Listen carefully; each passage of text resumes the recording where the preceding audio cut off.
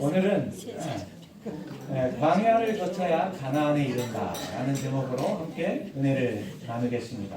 오늘 저희가 어디에 나와 있습니까? 광야에 나와 있습니다. 뭐 풀도 있고 물도 있지만은 사실 이 편안한 집을 떠나온 그런 개념의 광야에 나와 있는데, 먼저 우리 주제 성경절 출애굽기 13장에 있는 말씀을 다 같이 보겠습니다. 오늘 저희가 액정을 사용할 수 있었지만은 일부러 가져오지를 않았습니다. 예. 사실 저희들이 너무나 많은 미디어에 노출되어 있기 때문에 이 선행기 가운데 나오는 이 시간만이라도 좀 이거 안 보고 우리 좀 성경 말씀을 직접 표현하는 시간을 가지면 좋겠습니다. 성경책이 없으시면 여러분들 핸드폰 보셔도 되겠습니다. 출애굽기 13장 17절에 있는 말씀 제가 읽도록 하겠습니다. 출애굽기 13장 17절입니다. 바로가 백성을 보낸 후에 블레셋 사람의 땅의 길은 가까울지라도 하나님이 그들을 그 길로 인도하지 아니하셨으니 그는 하나님이 말씀하시기를 이 백성이 전쟁을 보면 뉘우쳐 애굽으로 돌아갈까 하셨습니다. 20절입니다.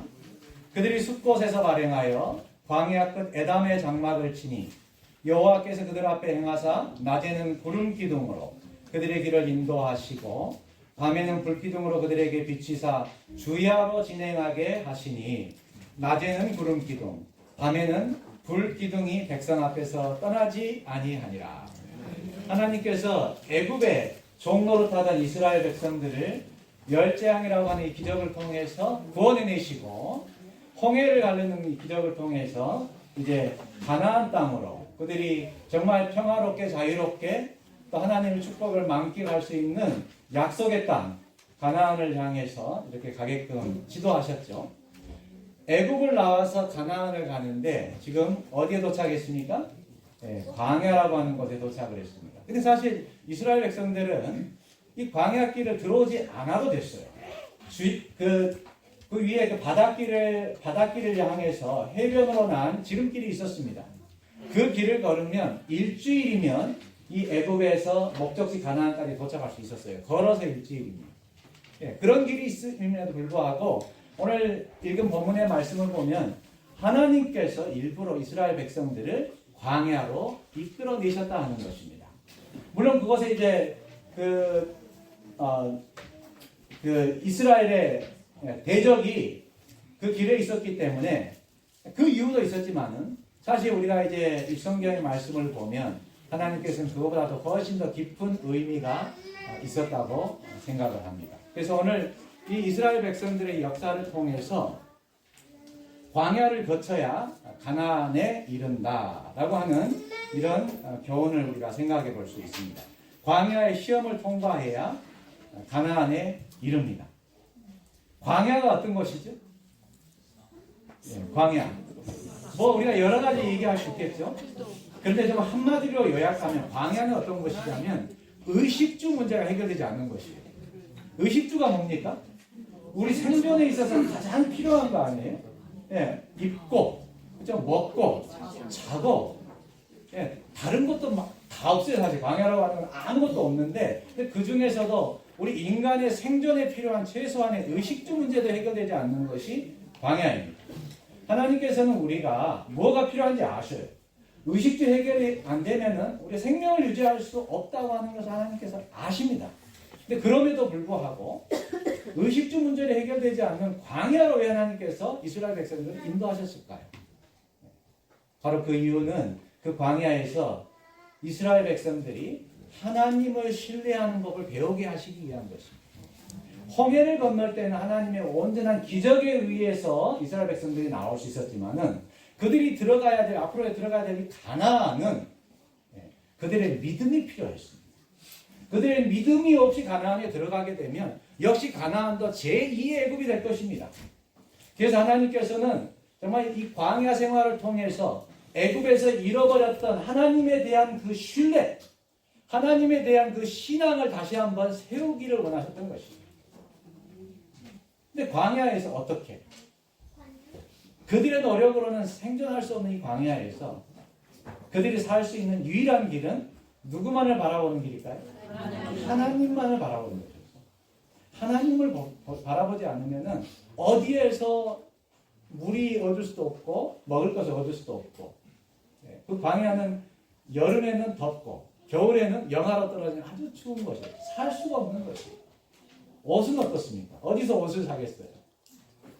그런데 이스라엘 백성들이 이 광야에서 40년을 살았는데 느헤미야 부장에 보면 이스라엘 백성들이 입은 옷이 40년 동안 어땠다고 그랬어요?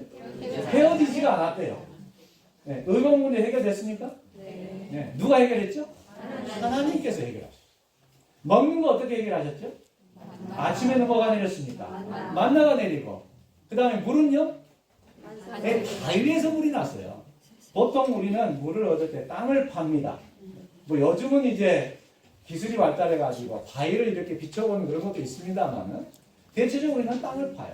근데 하나님은 바위를 뚫어가지고 물을 공급하셨어요. 그 다음에 고기 먹고 싶다 그러니까 가끔씩 고기도 주시고. 먹을 거 해결하셨습니까? 완벽하게 해결하셨어요. 그럼 자는 것은 어떻게 해결하시죠? 여기 이스라엘 백성들이 잠깐 범죄했을 때 하나님께서 그 보호의 손길을 딱 걷어버리니까 뭐가 와가지고 물었습니까? 불뱀. 그래서 이 광야에 뱀이 이렇게 많다고 하는 것을 이스라엘 백성들이 그때 알았을 거예요. 그들이 온 장막에 그 덕이 드글드글한 그 불뱀들이 몰려와가지고 다 물어버렸지 않습니까? 그래서 그제서야 그들이 알았어요. 그동안 하나님께서 우리를 지키고 계셨구나. 그 다음에는 밤에는요, 그 추운데 어떻게 하나님께서 해결하셨어요? 히터를 드셨잖아요. 불기둥. 그죠? 낮에 광야 얼마나 더워요. 그늘도 없어요. 나무도 없는 것이잖아요. 구름 기둥으로 에어컨을 드셨어요. 그래서 이스라엘 백성들이 각자 장막에서 거했지만 사실은 그 장막 그 너머에 하나님께서 지으신 엄청나게 큰 집이 그들을 덮고 있었습니다. 그래서 의식주 문제를 해결했습니다. 이스라엘 백성들이 하나님을 의지할 때 완벽하게 그들의 생존을 위한 모든 것이 해결되었다고 하는 것입니다. 제가 얼마 전이 아니죠. 사실 대학교 때니까. 수학여행을 갔는데, 제가 오늘은 설교를 10분 안에 끝낼 겁니다. 얼마 전에 수학여행을 갔는데, 거제도에 있는 해금강으로 갔어요. 해금강 다녀오신 분 있습니까?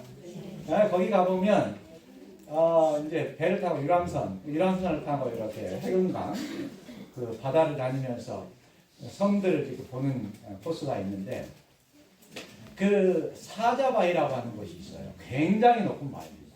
사자바위 꼭대기 위에 뭐가 있는지 아세요? 소나무 한 그루가 있어요. 이야, 보니까 지금 진작으로 맞추신 것 같아요. 대단하셔요. 제 마음을 읽고 있습니다. 제가 설교 제목 정할 때 우리 성도님들이 짐작 못하도록 항상 설교 제목을 정하는데, 제 마음을 읽고 있어요. 그 사자바위 꼭대기에 소나무 한 그루가 있어요. 근데 그 소나무 별명이 뭐냐면 천년송이에요. 천년을 묵은 소나무랍니다. 굉장히 작아요. 크지도 않아요. 근데 이제 진짜 천년을 살았을까? 거기에 대해서는 생각해 보면 있습니다. 근데 왜 천년송이라고 이름을 지었냐면 이 소나무가 이렇게 휘었는데 그런 이 움틀거림을 보면 대략적인 나이를 증명할 수 있대요. 그래서 그것을 볼 때 아마 대략 한 1000년을 살았을 것이다. 근데 이제 그 바로 옆에 보면 촛대바위가 있어요. 원래는 쌍촛대바위입니다. 쌍으로 나 있어서 그래서 부구바위라고도 하는데 지금 여러분 가보시면 이제 촛대바위 하나밖에 안 남아있어요.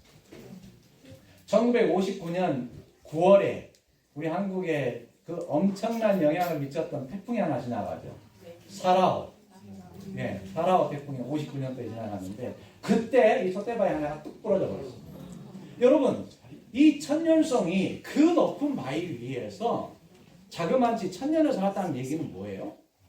1000번의 겨울을 보냈다는 얘기입니다. 그죠? 그 다음에 1000번의 여름을 거기서 보냈다는 것이고 사라오 태풍을 비롯해서 수많은 태풍들을 거기서 직접 몸으로 받은 것이잖아요. 그런데 어떻게 1000년 동안 버텼을까? 근데 이게 가이드가 정말 설명을 잘하더라. 이 소나무는 하늘을 바라보는 소나무예요. 그래서 살아남았대요. 근데 제가 잘 생각해 보니까 하늘 바라봐서는 안 돼. 왜냐하면 1000년 동안 그 주변에 있는 소나무들이 다 뽑혀 나갔을 거 아니에요. 그 태풍 속에서 뽑혀 나가고 죽고 다시 나고 죽고 다시 나고. 그랬을 때인데 이 소나무는 1000년 동안 거기에서 그 어떤 바람에도 넘어지지 않고 뽑히지 않고 관찰하고 있잖아요. 뿌리를 어디에 내렸기 때문에 바로 그 바위에 내렸기 때문에. 이 소나무가 뿌리를 크게 내렸다면 벌써 뽑혀도 10번 뽑혔을 것입니다. 첫 번째 비결은 그 뿌리를 바위에 아주 깊게 튼튼하게 내렸기 때문에. 근데 나무가 뿌리를 바위에 내리면은 큰 문제가 생깁니다. 먹을 게 없잖아요. 바위가 쪼개지기도 하죠. 예, 맞아요. 예. 근데 그 바위는 못 쪼갭니다. 굉장히 사실 큰 그 사자바위도 굉장히 큰 바위인데 산천은 커요. 뿌리를 바위에 내리면 사실은 이 소나무는 희망이 없습니다. 그러지 않습니까? 양분을 어디서 받겠어요? 흙이 아니고 이 바위 덩어리인데. 그래서 이 소나무는 희망이 없는데 뿌리를 바위에 내리면 첫 번째 일단 안전합니다. 어떤 폭풍우 속에서도 뽑히지가 않아요. 그런데 이제 뿌리를 바위에 내렸을 때 이 소나무가 살아날 수 있는 유일한 방법은 뭐냐면 하늘을 쳐다보는 거예요. 하늘을. 그래서 하늘이 비를 주면 먹고 안 주면 꼭 굶어야 되겠죠. 예. 근데 이 소나무가 하늘을 쳐다보며 살았는데 자그마치 몇 년을 살았어요? 1000년을 산 겁니다. 그래서 우리가 사실 오늘 이스라엘 백성들처럼 가나안에 들어가기 전에 이 죄악 세상이 광야 세상이잖아요. 광야에서 우리가 살다가 왔는데 광야에서 살다가 지금 진짜 광야로 들어왔어요. 그죠? 예, 지금 아무것도 없잖아요. 여기 뭐 물도 없고 나무도 없으면 좀 좋겠습니다만 어쨌든 집보다 훨씬 더 광야 같은 이런 곳에 들어와 있는데 여기서 우리가 살 수 있는 첫 번째 길은 이 천연성에서 이거 배워야 됩니다. 우리의 뿌리를 어디에 둬야 된다는 거예요? 좋은 흙에 두면은 잠깐은 좋을 수 있어요. 그러나 큰 폭풍우가 오면 안전하지 않습니다. 첫 번째 뿌리는 반석에 둬야 되는데 이사야서 28장 16절에 보면 그러므로 주 여호와께서 가라사대 보라 내가 한 돌을 시온에 두어 기초를 삼았노니 곧 시험한 돌이요 귀하고 견고한 기초돌이라 그것을 믿는 자는 급절하게 되지 아니하리로다. 아멘입니까? 아멘. 그래서 이 반석은 성경에서 예수 그리스도를 상징합니다. 그리고 이 반석에 뿌리를 둔 하나님의 백성은 그것을 믿는 자는 급절하게 되지 않겠다라고 성경에 약속을 했습니다. 그리고 오늘 이제 우리가 이 광야에 나와서 하나님께 예배드리는데 두 번째 기억해야 될 것은 우리가 반드시 반석 되시는 예수님께 뿌리를 내렸을 때 두 번째 세상을 보시면 희망이 없어요. 돌에 뿌리를 내린 그 존재는 그 어떤 곳에서 양분을 공급받을 수 없습니다. 오직 누가 줘야 돼요? 하나님이 주셔야 돼요. 그래서 하늘만을 바라보고 하나님만을 신뢰하는 이런 믿음이 있어야 살아갈 수 있습니다. 하늘만을 바라보기에는 좀 염려되지 않으세요? 좀 두려움이 있지 않습니까? 과연 괜찮을까? 하는 그런 생각이 좀 들지 않으세요? 그러나 이런 생각은 기우입니다. 천년성을 생각해 보십시오. 하늘은 1000년 동안이나 이 소나무를 한 번도 실망시키지 않았습니다. 믿음의 우리 선조들을 보십시오. 성경이 약속을 합니다. 하늘을 바라볼 때 희망이 있다고 성경이 약속을 해요. 우리가 하늘을 쳐다볼 때는 결코 실망이 없습니다. 가장 안전합니다. 가장 신뢰할 만합니다. 자원의 고갈이 절대 없습니다. 성경은 여호와를 의뢰하는 것이 축복의 길이라고 일반적으로 얘기를 하고 있어요. 시편 125편 1절입니다. 여호와를 의뢰하는 자는 시온산이 요동치 아니하고 영원히 있음 같더라. 아멘. 그래서 여러분의 뿌리를 이제 예수님께 내리셨잖아요. 우리는 다 예수님께 뿌리를 내린 사람들이에요. 두 번째 우리가 기억을 해야 됩니다. 세상을 보시면 안 돼요. 하나님만을 의지하시면서 그분만을 바라보는 삶을 사셔야 됩니다. 때로는 그것이 안전해 보이지 않을 수가 있어요. 그러나 성경은 우리에게 분명히 얘기합니다. 여호와를 의뢰하는 자는 시온산이 요동치 아니하고 영원히 있음 같도다. 우리 모든 성도님들이 믿음의 신앙의 천년성 되시기를 간절히 바랍니다. 오늘 광야에서 이 중요한 두 가지 교훈 꼭 기억하고 가시기 바랍니다. 여러분의 믿음의 뿌리를 혹시 이 세상에 더 유혹적인 것들에 내리고 계셨더라면 당장 뽑아서 믿음의 반석 되시는 예수님께 오늘 이 자리에서 옮기시기 바랍니다. 그리고 우리의 시선이 자꾸 세상으로 그동안 갔더라면 다시 한번 우리의 고개를 들고 우리의 구주 되시는 예수 그리스도께 우리의 믿음의 시선을 고정하셔서 이 거제도 사자바위에 있는 천년성보다도 더 영원히 우리 하나님 안에서 이 푸르름을 자랑하면서 주님 오시는 그날에 영원히 주님과 그 영생의 축복을 누리게 되시는 모든 서중학교의 성도들 되시기를 간절히 바라겠습니다. 아멘.